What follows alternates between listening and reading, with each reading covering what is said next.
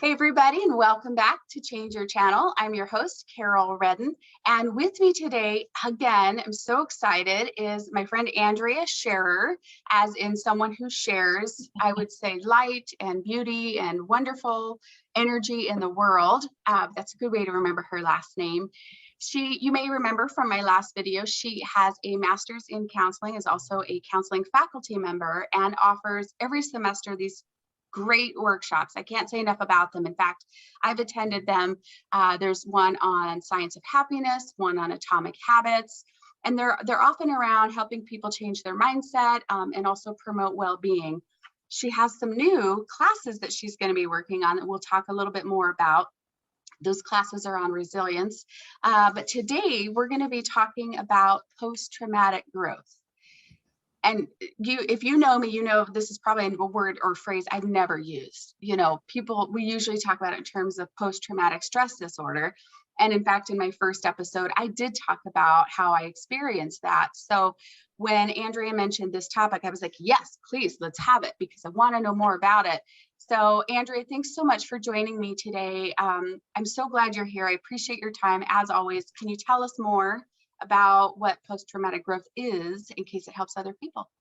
Absolutely. Thank you so much for inviting me back. It's always fun to talk with you. And, kind of much like you, this is a topic that I am relatively new to as far as a concept. Like, the idea has always made a lot of sense to me. And in fact, a lot of my own passionate work is around the idea of purpose. And so I like this idea because it's, this idea that we go through tough times and we can even experience extremely traumatic events, but it doesn't only lead to post-traumatic stress. We can actually experience post-traumatic growth. And just kind of in a nutshell, post-traumatic growth is transformation after trauma. The ability to actually perceive and interact with the world differently based on the psychological struggle that one goes through to work through their trauma. So it's being profoundly changed by trauma, but for the better. Interesting. And I'm just taking notes here because I feel like that helps me to retain it. So you said that it helps us or changes how we perceive and interact with the world after, in a way that actually prompts growth, right? And I guess my first thought too, as you say all of that, and don't let me get you off track, but my first thought is lots of people have traumas, and in my particular experience, in my first episode, I mentioned several different traumas, that I experienced. And I don't think there was a point, even certainly not when those traumas were happening, and certainly not right after. It may only be now that I'm willing to start all these conversations and be in this mindset that I even think about those as an opportunity of growth. Actually, that's not true. A couple of years ago, when I first started doing my research on all of this without knowing I was doing research, I came across a tarot reader. And he was talking about his traumatic experiences and how they were all gifts for him. And when I first started watching him, I thought, that's crazy talk. What? Huh? And in tarot, they call this a tower moment, which means not that we've asked for it, certainly, and not that we deserved it.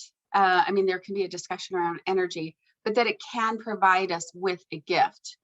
So I guess to get back to my question, which is long-winded, sorry.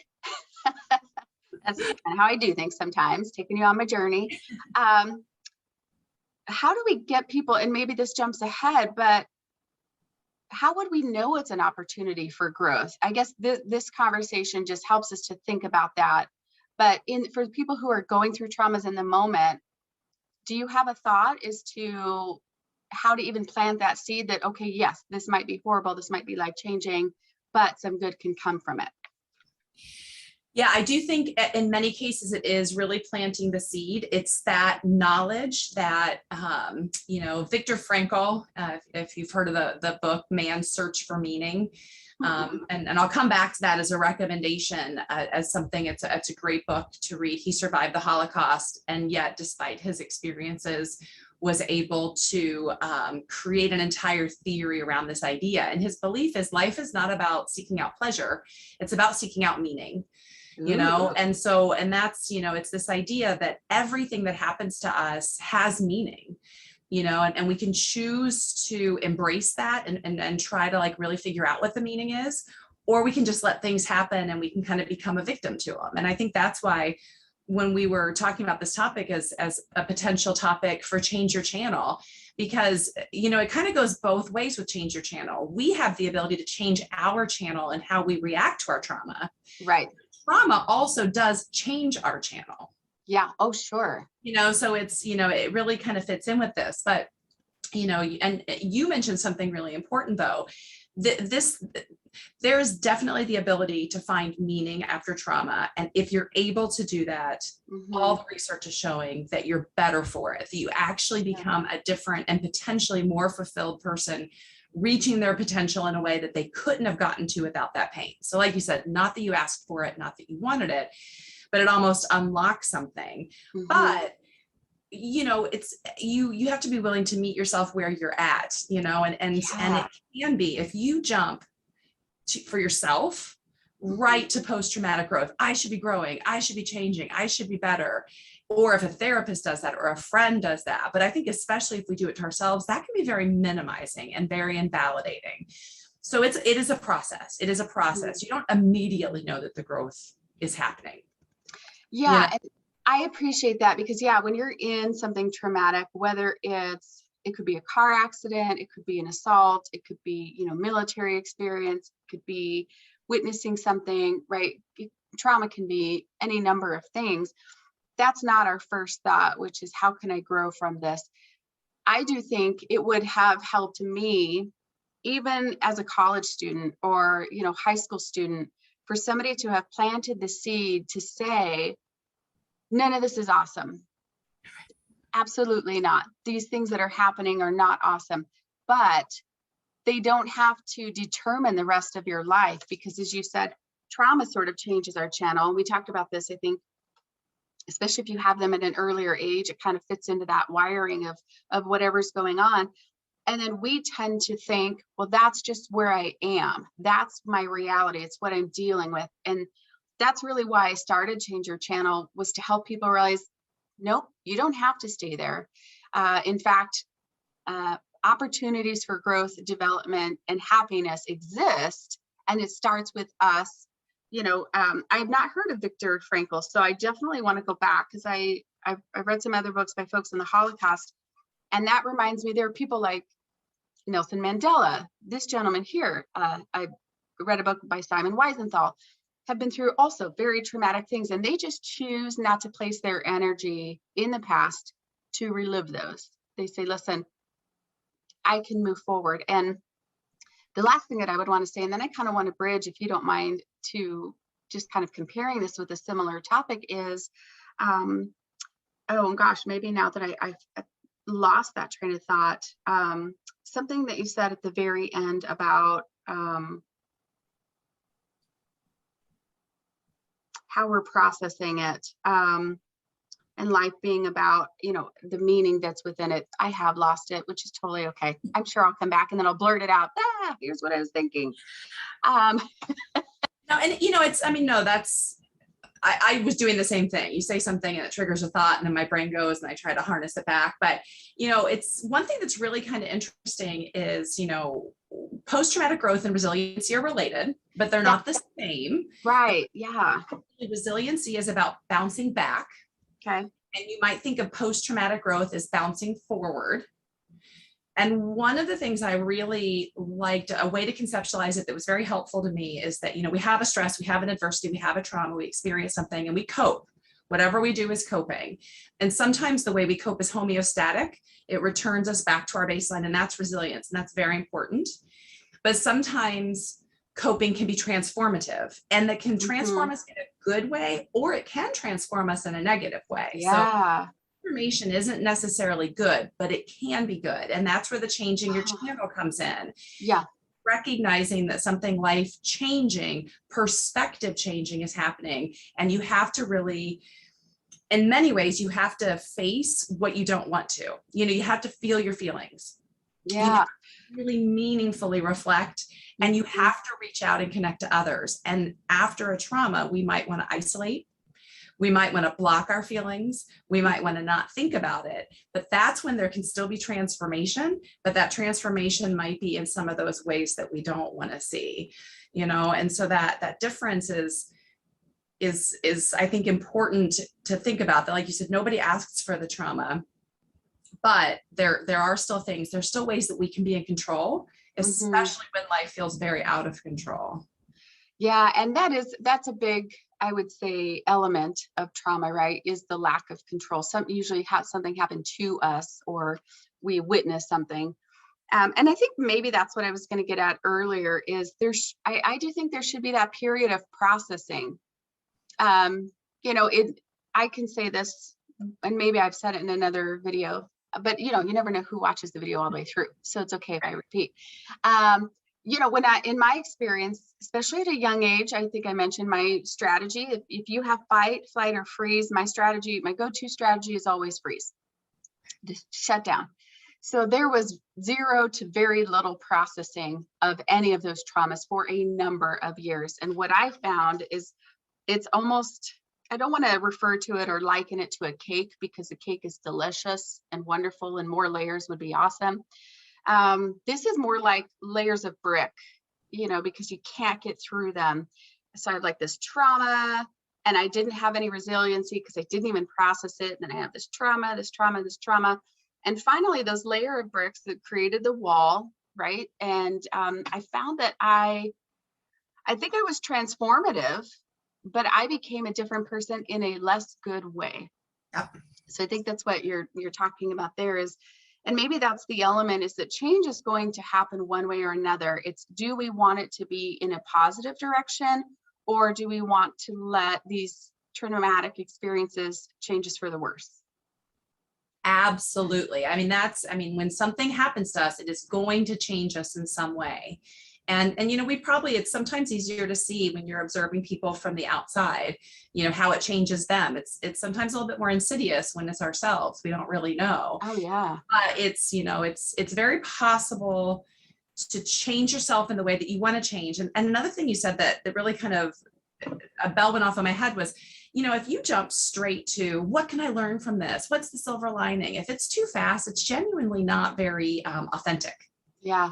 It's a way of avoiding, yeah. So you can't avoid the pain just by being like, I'm going to be stronger. I'm going to find the good in this. I think this means that I can, it has to be a little bit more genuine than that. And that does take walking through the pain, feeling the pain, really thinking about it, processing it. And it can take a long time. It really can take a long time. And it sometimes does, if not require, it's definitely helped by somebody who's a professional who has experience with helping people through trauma, because there's an art and a science to helping somebody through trauma.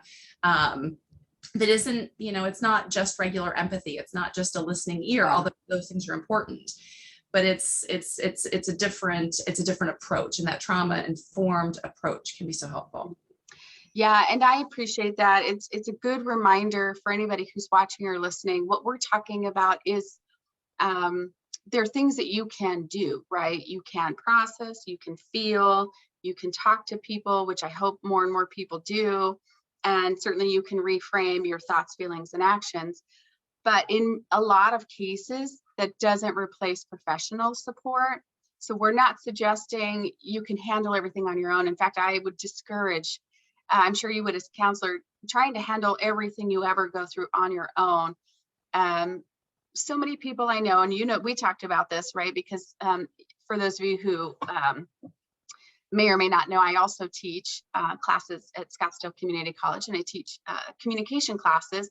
And Andrea is always so gracious, and she comes in and talks to my students about how counseling resources are available. And it's like pulling teeth. We can't get them to come see you, even though it doesn't cost them any money. And I think that's just reflective of maybe being stuck, and certainly being uncomfortable and willing to ask for help. But I would recommend folks continue to try find ways for support. And I know you don't do the counseling, which is like, oh, you just had this big traumatic thing, let's walk through that. But if we could just encourage people to start a dialogue, start talking about it, so you don't stay frozen and you don't, regress certainly, or transform in a way that's not healthy. I do think that's helpful to compare between resiliency and post-traumatic growth, because resiliency is valuable, incredibly valuable to strength. And I think I'm still working on those skills. So for those, at the very beginning, I mentioned Andrea's got a class that's coming up. I'll put some links in the bottom and refer at the end. I want to know more about how I can be resilient, but I also want to know about, okay, and then how do I bounce forward? Right. Which is kind of a funny image for me to think about. Do you think that post-traumatic growth is something that everybody experiences, or can anybody experience that? Or is it really dependent on their perspective? I do think everybody's capable of post-traumatic growth. I do think it's just, as a human being, I do think we're capable of it. There are a lot of different factors that go into resiliency. I always like to say that with like most everything that I teach and coach and work with people on, nothing is set in stone. Where you are today is a snapshot of who you are today, and anything can be developed and grown, and we can get better at anything if we're motivated to do so. But there are some differences in people, their perspective, and age can be a factor. Like at different ages, you're more set on your worldview, and at other ages or stages of life, you're more open to a different worldview. Yeah. Personality characteristics have been associated with post-traumatic growth. People who are more open to experience in general tend to be more likely to experience growth because they're more open. Mm-hmm. Extroverts are more likely to experience it, and not because extroverts are the good ones. It's not that. It's just that they're more comfortable with reaching out for social support, and that's extremely helpful with processing, kind of rewriting the narrative, talking it through like that. That social support is so important. Optimists are more likely, and more future-minded people are more likely. But again, optimism, extroverted quality, like all those things can also be, like reaching out for social support can be taught, even if it's not your natural tendency. Yeah. Being more forward focused and being more optimistic can be a learned response, even if your tendency, possibly because of your traumas, is to be a little bit more pessimistic.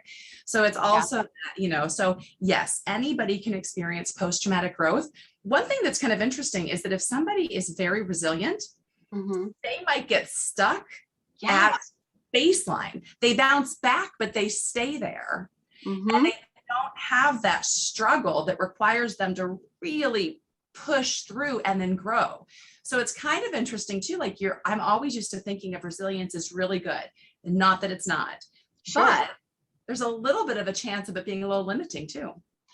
And that makes me think of people as we go through this pandemic. And I've helped people make career transitions for years, and a lot of times those transitions are unwanted, but they're a blessing in disguise. There are so many times when I talk to people and they say, yeah, I probably would have stayed at this company for another 20 years and retired. And I say, well, that's fantastic. And they say, yeah, but I didn't love it. Okay, so maybe this isn't trauma, but they're having all these moments that tell them this is not the place for me, this is not the place. And then they experience some kind of trauma, which is unexpected layoff.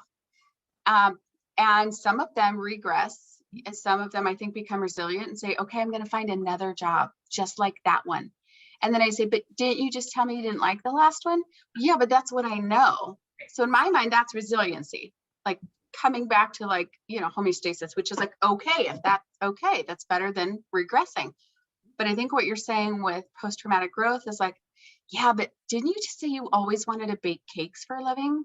Or, what's this next thing that you get to use your passion and you're excited about every day? Maybe this is that opportunity. Yep. So go ahead. Yeah, I was just going to say that's always been the thing from the time I was a high school counselor through college counseling and all of that. It's, there is a gift in pain, and the struggle can have a payoff. And I can remember when I would work with high school students who'd been through terrible things and they felt so they felt so bad for themselves, as they should, because you know, they Sure. had friends who hadn't gone through these things. I would always try to find a kind, not invalidating way to say, you're going to be better for this. You know, Mhm. this is a blessing in disguise. This is a gift, not without cost, Sure. but this is an opportunity. And I think that is the case, where the harder the struggle, it's like working out, right? I mean, everything in life grows against resistance. Yeah. If you went to the gym and you lifted, you know, a half a pound weight and it didn't hurt, you're not going to get muscles. You know, so it's that. And I think that's a good reminder that you have to have the pain. And you just reminded me of something that because I'm working on a book also, something I plan to have as a section on comparisons. And one of them is pain versus sore. You know, somebody who has chronic pain, there's that kind of pain. And then there's pain because I'm challenging myself and moving myself forward. Those are different. And if I stay stuck in experiencing this kind of pain, which is can be debilitating if I let it, I don't have any growth. I just stay there and I hang out. Where there is the sore that I get from using muscles I haven't used, that's okay. That's to be expected. That's what you're talking about. That means I'm moving in the right direction. I'm creating some change. Yep. So that's good. That's the only thing I can relate to in terms of working out. I'm working on it, Andrea, but you know, little by little, you know, little by little. If I can do 10 minutes on an elliptical, I feel really good. So Good. that's where I am. The other thing I wanted to ask, and this is maybe my last final question before I circle back to one final thing, is there any downside? And maybe you've already talked about this, anything that we should be mindful of, maybe other than rushing it to talking about post-traumatic growth or being in that space? I think it really is. I think that is the one downside, is just that it can be a little too, you know, there's a great little animated shorts, Brene Brown's voice, and she's talking about the difference between empathy and sympathy. But she talks about when people try to silver lining it, you know, like, well, at least, you know, you can grow, you can be better for this. And I think we do it to ourselves. That's the one thing to caution. Like, it's really, the education piece is great. Like you said, people should know about this. We should know, we should be taught in elementary school and junior high and high school. And again, at different developmental levels, like, hey, when you go through things, it's going to make you stronger. And there's cliches, but like really talk about the science behind it. But the downside is pushing it. You know, people have to process the way they process. There is pain, there is suffering. After a significant trauma, it hurts. And you can't rush it, and you can't invalidate, and you can't minimize to yourself or to anybody else. And I think that's the one thing to be really careful of. And self-compassion, you know, which I think is probably been or will be a topic at some point for you, like, but that idea of just being kind to yourself and not expecting you to be somewhere that you're not yet. Yeah. And I think that's helpful for somebody like me as well, because if I'm not in freeze mode, sometimes I go to the fight or like really quick action so that I can make that progress and move forward, because I've been stuck so long. And I do have to, you know, there is that fine line between self-soothing, which is like, yeah, but this is fine. Before we started recording, Andrea and I spent some time working on these black bars on my video, because they just showed up one day and it changes my videos. So it causes me a headache and hassle and stresses me out a little. And then we both said, yeah, let's just change my channel and let's just keep it moving because it's going to be fine. There's that, which is like, it's really not that big of a deal. Most of you don't care. So if I spend a lot of time internalizing on something or ruminating about something that's really not that significant, it can take me down a dark path. But then there are these larger issues, and those larger issues I need to be willing to sit with and say, yeah, this traumatic thing happened. And maybe there is a silver lining, but I'm not there yet. Right now, this is awful. I don't like it. I feel really mad or sad or whatever, because changing your channel, and I'll close with this, but then leave it to you for one final thing. Changing your channel is not about putting on the happy face all the time or even feeling happy all the time. It's about, if we think about those levels of, you know, energy and vibration, just being mindful of where we are. If I'm in an angry or sad or whatever space, that's okay, but I don't want to stay there. I want to be mindful of maybe moving up that energy and vibrational level to the extent that I can, as often as I can. But that doesn't mean I'm never going to dip into those lower levels. And so I just want to be super clear. I definitely don't, my goal is not to tell everybody, just be happy all the time and then life will be great, because that's not realistic. But I will close with that. And Andrea, I'll ask if you have any, if there was one thing only that people could do as a result of watching this that might help them change their channel, what would you suggest? And yours was a great lead up to it, is to remember that growth doesn't even post-traumatic growth, even if you are there, it doesn't necessarily have to look like all of a sudden being some sort of a superstar who's now has superpowers and is just doing everything great. What post-traumatic growth looks like, there tend to be 5 things. It's a renewed appreciation for life. It's stronger, better, deeper relationships with others.